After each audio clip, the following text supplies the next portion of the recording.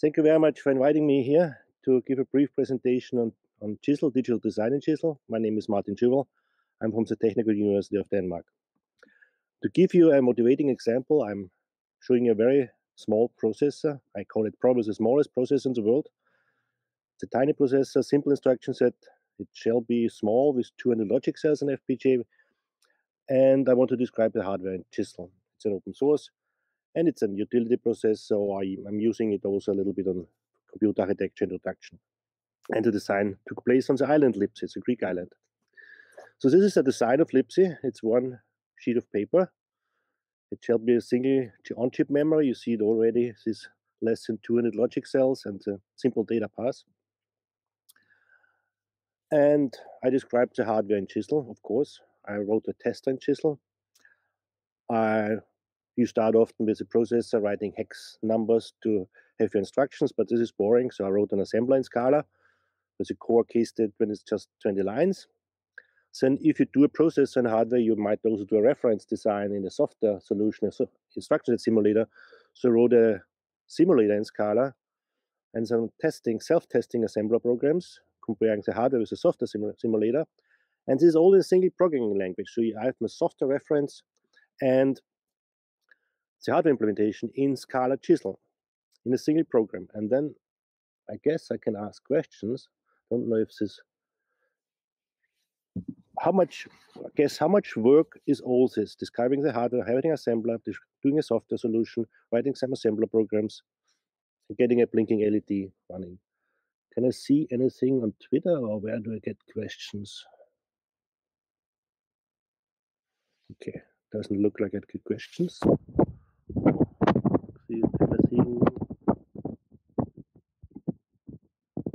Okay. I'm not getting any questions here. Let's just continue then. All this was coded and tested in less than 14 hours. Doesn't mean I'm a very fast coder. It means that actually Chisel is very productive.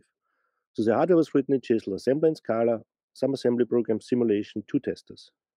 But the design was not included. It was done on paper. Maybe it took more than 14 hours. Some more Chisel success stories. I think I've heard just before. Chisel very popular. Chisel is used in teaching. So some weeks ago, before the lockdown, I was at the Chisel Community Conference in Silicon Valley. So there were 90 participants at least 30 different hardware companies. And several companies are looking into Chisel. For example, IBM did an open source PowerPC. Sci-Fi, you know, I don't need to mention it here. Esperanto uses Boom processor in Chisel. Google did a machine learning processor. Intel is looking into Chisel. And yes, it's open source. If there is a bug, you can fix it yourself if you want to. You can also contribute to the Chisel ecosystem. So what is Chisel? Chisel, they call it a hardware construction language. So it's the acronym Chisel is constructing hardware in a Scala embedded language. It means if it compiles, it is synthesizable hardware. So say goodbye to your unintended lectures you wrote in Verilog, System Verilog, or VHDL. Chisel is not a high-level synthesis language. If you want to have something C to gates, this is not your solution. Chisel is a single source, 2 targets, one for cycle-accurate simulation, testing, and Verilog for synthesis. And the full power of Chisel comes from being embedded in Scala. So you have everything available from Scala, which means you have everything from Java available. But to start with, you don't need to learn Scala. You can learn Chisel as a language itself. And originally developed at UC Berkeley and now with Sci-Fi and IBM and others. Just to have our family of languages. So actually a lot of languages are based on C. We can say Verilog and System Verilog are descendants from C. C++, then we got System C. Java is also kind of inheriting stuff from C, and then Scala, and then Chisel fits into this one. C#, I've not yet seen any hardware description language. Then the other families, VHDL has descent on Ada, which itself is based descent on Algol, and there's MyHDL descended on Python. The few nodes on Scala. Scala is first object-oriented, very similar to Java, but the strong thing on Scala is it is also functional. So you're mixing 2 programming paradigms in one language, object-oriented programming and functional programming, which gives you the power of Scala. It's strongly typed, which I prefer very much. It has a very good type inference, so it looks almost like these weakly typed, dynamic typed languages, but it is strongly typed, which makes sense for hardware, of course. You could see, if you have a Java background, you could see it as a Java++. It is compiled to the Java virtual machine. That means it's a very good Java interoperability. All your open source libraries available in Java, you can use them in Chisel, in Scala. Let's say you're building a processor, you want to read an ELF file in your simulation, you will find an ELF file reader open source written in Java. You can just run it during your hardware generation. So what is now the difference between Chisel and Scala? So a Chisel hardware description is basically a Scala program. So you can also see Chisel is a Scala library. So when you're executing your Chisel program, it generates hardware. It generates this net list of individual components, and then being an intermediate representation of Fertile, you can test it or you can spill out Verilog code. And Chisel is what we call an embedded domain-specific language. It's embedded in Scala, and the domain is hardware description. So Chisel is actually a small language. So it's small on purpose. So there are not many constructs to remember. I mean, the Chisel cheat sheet, let's try if I can share this one.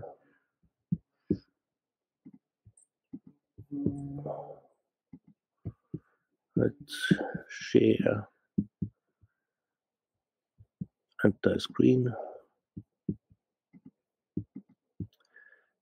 I guess you're seeing now, this is basically the main constructs of Chisel fitting into one page. And second page is mostly library. And I'll share back.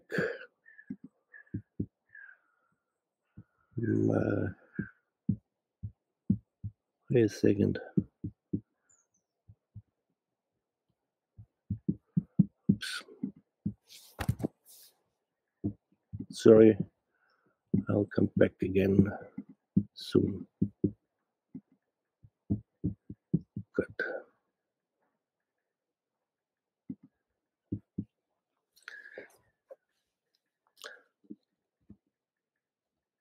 So the power of Chisel comes actually being embedded in Scala. You can write circuit generators. So the slogan from Scala is, and in Chisel as well, with Scala and Chisel, it can grow with you. Chisel can grow with you. As you learn, continue to learn some functional programming Scala, then you write better hardware generators. But to start with, it's a small language. The tool flow in Chisel, you're starting with a Scala program, hello.scala. You're taking some Scala library, you're taking the Chisel 3 library, and it passes through the Scala compiler, and it produces class files. So it produces files you know from compiling Java program. This is a Java program running on a Java virtual machine that is generating Fertile, and maybe Fertile will also do some optimization, and then you have two passes out. One pass is testing with Treadle. It's again a Chisel tester, and Treadle is an interpreter of the Fertile and testing your circuit. You're getting good, bad, or you can produce a VCD, and you can look at the waveform with GTK wave. The second pass is a Verilog emitter. So you're generating your Verilog code, and then you do the circuit synthesis and maybe going for an FPGA and having a bit code. So expressions are combinational circuits. So your family operations from your C, Java, C# language, they all apply to Chisel, and that is just circuits. So the first line is a logical expression. If you want to give this expression a name, you just assign it a name and with a val. You don't see here any width, because width inference is very strong. So at some point you're specifying your length of your bit vector, but then for new names you don't need to specify it because it's inferred. Also type inference. And base types are bits, unsigned int, signed int, and bool.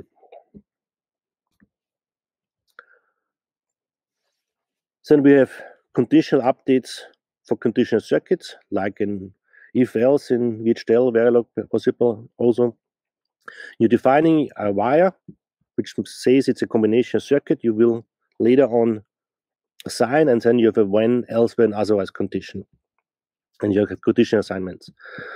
This is similar to VHDL processor or system Verilog always comb block. And this is basically just a 3-to-1 multiplexer, right? Depending on two conditions, or the priority multiplexer. If the first condition is true, then it doesn't look further. And what Chisel does, it checks for complete assignment in all branches. If you missing assignment, which usually gives you latch, the latch will give you a compile error. So this is a very common mistake students do. I do myself sometimes, and this is really good to have this in the language. Registers. So register is just defined as a component. So you have a component of a register with, let's say, an initial value. That means this register is reset to 0. And this interesting way to specify a constant 0.u means there's a 0 as an unsigned int, and then in parentheses 32.w is at a width of 32 bits. So as simple as that is a register. There's no inferring on rising edge of clock or whatever. And then, for example, you are assigning a register value. This counter register +1. This is a simple counter here. And you see no clock signal, no reset signal. So Chisel is intended for synchronous design mainly. And in synchronous design, you always have the same clock in your synchronous blocks. So there's no point in actually messing around with clock and reset. If you want to get hold of clock and reset, you can have access to it. We can also define a register with just the input signal connected. So register next is next value. Function abstraction. So it's easy to write a small function, and then this function just returns hardware. So functions may just represent repeated pieces of logic. So first example is an add subtract circuit. It has 3 parameters. It has 3 wires into it. One is a Boolean saying if I want to add or not. Then the 2 input ports, and then we're returning a multiplexer switching between an adder and a subtract circuit. And in the next line, you're seeing how this function is called. It means actually it generates a hardware, 1 multiplexer, 1 adder, and 1 subtract. So functions may return hardware. The next line is also a single line function. This one actually also contains a register. So you don't need to name your register. You can just write read next. This is a simple circuit providing you a rising edge function. So it looks at the old value, which is the output of read next, and the current value of D, and then if it's a rising edge, then it returns true.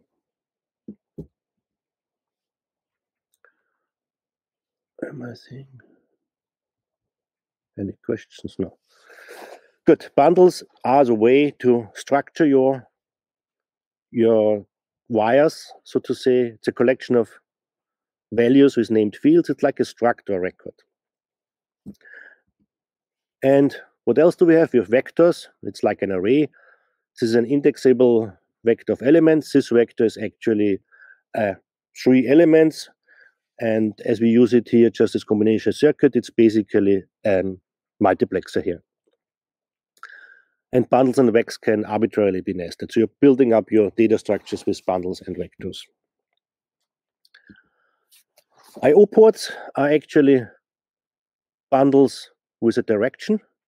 So this example, so channel extends bundle. So we have let's say a data input, a ready output, a valid input. This is a classic ready valid interface.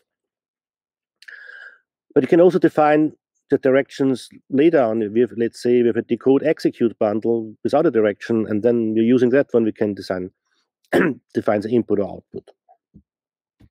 So we are ready now after, let's say, 30 minutes to write our first Hello World program, which it's a complete program. So you see a Chisel component has a name, class hello. It extends a module, which is a Chisel component.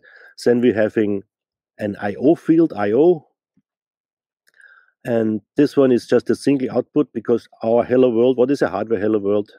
It's just actually a blinking LED.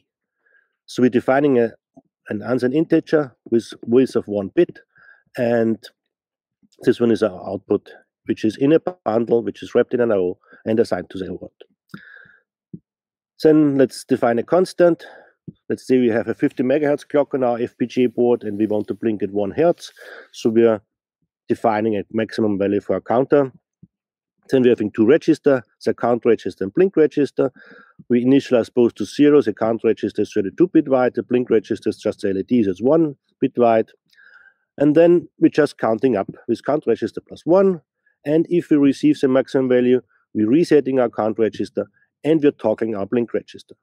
And at the end, we are assigning to our output port the value of the blink register. Good, connections. So we see here, when we have a component, adder .io.a, so we use this dot notation like in Java or Scala for accessing sub-elements. So simple connection is just as an assignment, as colon equals, but the strong point is actually a bulk connection between components. So you can, if components contain fields with the same type and name and different directions, you can do a bulk connection with this diamond symbol. So it means this example is actually from a processor pipeline. Let's say it's an execute. It's representing the input-output of the execute stage. It's connected, let's say, to the left side to the decode stage, and to the right side to the memory stage. So each, the decode and the memory stage, takes the signals that fit for them from the execute stage, and it goes both directions. So this saves really a lot of lines of code. Good. So Chisel is a multiplexer.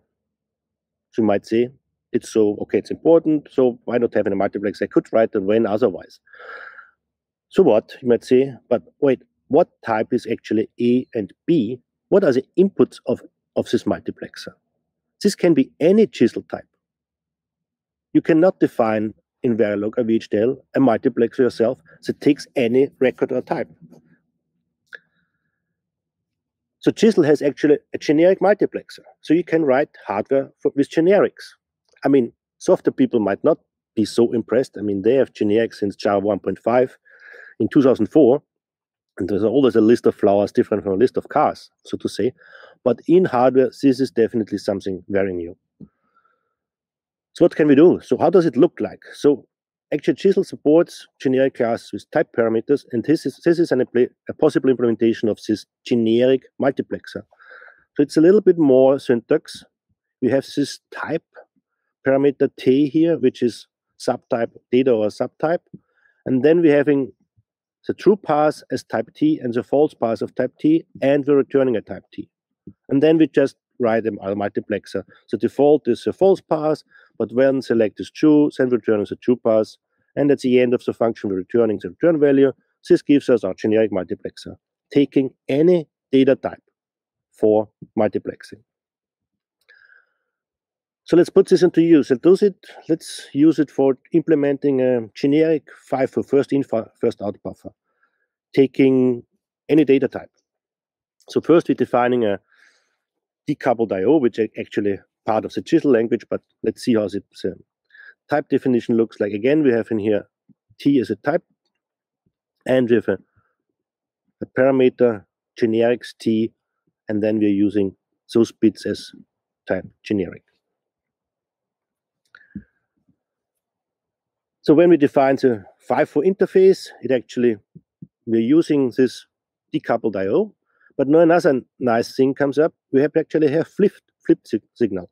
So we can actually change the directions of each one with just wrapping a bundle into a flip. So we do not need to define the bundle twice in both directions. We just define it once, and we flip, and everything is correct. But what kind of FIFO would we like to implement? Maybe a bubble FIFO, it's good for the low data rate, it's cheap. Double buffer FIFO for fast restart, or FIFO with memory and pointers, whatever. So this calls actually for object-oriented programming, object-oriented hardware construction. So if we do object-oriented hardware construction, we're starting with a base class. Let's say make it an abstract class, our FIFO, which has, again, type generic with a type. and maybe we also already say it has a depth FIFO, and we can have some code in the constructor of the abstract class. For example, checking that the depth is larger than 0. And then we're extending this abstract class by a concrete class. Let's say I'm doing a bubble FIFO, extending the FIFO, and then I have my implementation. So, which implementation do we then select? We selected at generate time. At hardware generation, we can use all our Scala Java power to make the decision. We could connect to web service, look at alphabets, stock price, and decide which one is. This is, of course, a silly idea, but you mean everything is possible. A lot is possible, and people will find a way to use this power Scala. You could actually pop up a GUI and ask a user, which FIFO do you want me to implement today? We actually do parse XML files at hardware generation time in our T-CREST project. So this is really end of your TCL, Python, whatever generated hardware.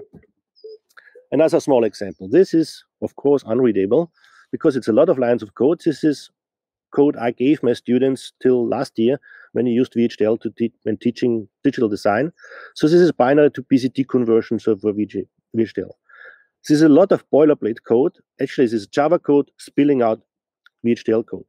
It generates a VHDL table. So the core code is actually just these 2 lines of code, but all the boilerplate ending up in 118 lines of code, Java code, which is running external of your Vivado, Quartus, whatever, to extra and generating VHDL code. The Chisel version of the binary to BCD conversion is those 5 lines of code. We just generate directly the values, putting into a VEC, and then actually it's just 4 lines of code, and using it is just 1 line of code. And this is done at hardware construction time in the same language. You don't need to start a different tool. You're running in your same tool for generating hardware. Good. We have 3 tools. Actually, as a full stack is free. We have a free open GDK, Java, SPT is free. IntelliJ is a free version. It's a very nice IDE for Chisel, and GTK Wave, Vivado, Quartus. So, a few success stories. We used Chisel in a T-CREST project, which was a multi-core project EU funded, and started out with VHDL, and then happened that I was in Berkeley and I found this Chisel language, and I rewrote a processor which had at that point 3,000 lines of code, and I rewrote it in 1,000 lines of code for the same functionality. And then we had several PhD, master, bachelor projects. And Chisel in teaching, I'm teaching at Technical University in Denmark. I'm teaching hardware-related courses. I offered Chisel in advanced computer architecture since 2016, actually since 2013, and since 2016, actually all projects have been in Chisel, including 2018. 2019, actually, I had one student who insisted to stick to VHDL, so this streak is actually broken. Several bachelor master projects, so students pick it up reasonable fast. Actually, for software engineering students, I see it's way easier than switching to VHDL. It feels more familiar for them in an EDA, looking a little bit similar to like Java. I switched Digital Electronics 2 at DTU to Chisel in spring semester this year. It is actually a second semester class, and this means people do not know a lot before. But in principle, the issue of writing a program instead of describing hardware, remains. This is the same in Verilog or in VHDL. So Digital Electronic 2, so students second semester, they do basic register transfer level, digital design with Chisel. They're using a little bit of Chisel tester for debugging, and it's very FPGA-centric course. So they're running everything in FPGA. And final project is a vending machine. And I provided and started to provide all materials in open source. The slides are in open source, the book you have seen probably before, and the lab material. So if you want to switch your digital electronics, digital design class to Chisel, feel free to pick up the slides, pick up the lab material, and use them for your class. And students actually second semester, they have no idea on programming. In the first semester, they do a little bit of VHDL, but in second semester, in parallel, they have Java in programming. So I tried to coordinate, actually, when they're learning Java, and I'm teaching them Chisel, so they see this, which constructs work where. But I was actually a little bit ahead of with Chisel because I needed classes before they learned it in Java. Feedback, actually I got general positive feedback. I'm teaching this class since 10 years now, and this is the first time we switched to Chisel. So actually most students like Chisel. They also like the free Chisel book. And some of them, they say that it's a better link to Java programming. It's running on the same GVM and similar EDA. So the lab finished about the same time as last year with VHDL. So is it that Chisel is not more productive than VHDL? I think it is. We had a lockdown in the middle of the semester. Everyone was stressed. I was stressed. The students were stressed. So actually achieving the same amount of design in a lockdown situation compared to a non-lockdown situation, I think this is due to being more productive in Chisel. We'll see next year, if we don't have a lockdown, how productive people are. Good. Maybe some of you have seen, I've written a digital design with Chisel Book. It's available open access PDF. You can let Amazon print it out if you want to have it on paper. And it's also open source, so it's written in LaTeX. So if you find a typo, I'm happy to accept pull requests. But what happens if you put out a book into free and the open? I got a free Chinese translation. So someone, friend of mine, took the time and do the Chinese translation. But it doesn't end here, because 7 weeks ago I got this one, a Japanese translation. And maybe someone is willing here in the audience and doing Vietnamese translation, would be very happy about it. Good, here are some links for further information. I don't know how the slides are shared. I'm happy to share them. Yes.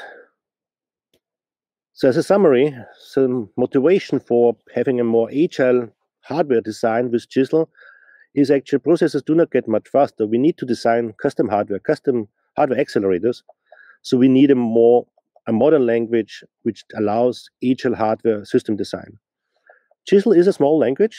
You can grab the basics, I think, in 1 day, for sure. I give 1 day tutorials.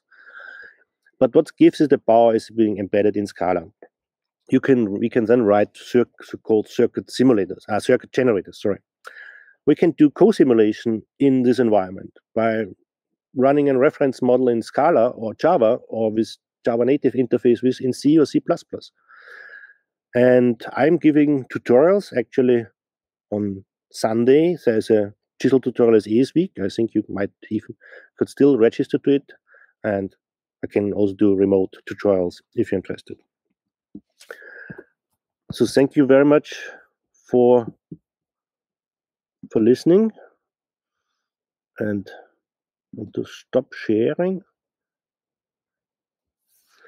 And I'm happy to get your question. I don't know how I get the questions.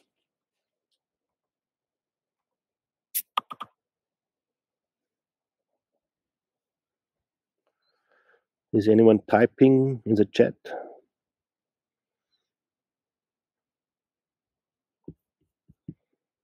Seeing.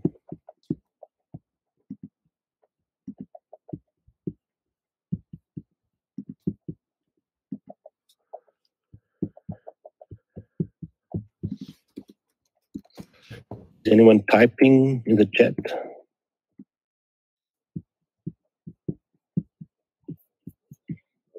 Seeing.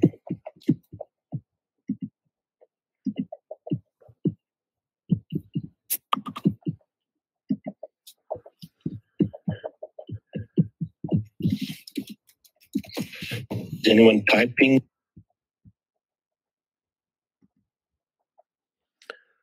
Okay. Can you hear me? How are you? Hello. Yes, I can hear you. Yes, I can hear you. Okay, so I have a question. Okay. Yes. There has been a rumor that, like, from early on in Chisel language, from like UCB, that when you write Chisel compared to Verilog, it ends up being like maybe 1/4 to 1/5 of the line size. And how do you have any perspective on that statement? Yes, yes, I have one. I have one example. It's of course you have to do both, and to be fair, you have to use both languages very well. But I have one example of a processor designed in VHDL, which was 3,000 lines of code, and this was not very well written, so it could be 2,000 lines of code. And then I rewrote it in Chisel with 1,000 lines of code. But it was my first Chisel program. So of course, I was not a very smart Chisel programmer. So, but it's at least one example. A not smart VHDL programmer against a not smart Chisel programmer, factor 3 to 1. Or no, something else. I've written a network on chip, and connecting the network on chip, it was about less than 10 lines of Chisel code, and the very same was written years ago by a student in VHDL, which was more than 100 lines of code. But yeah, you need to find same skilled people.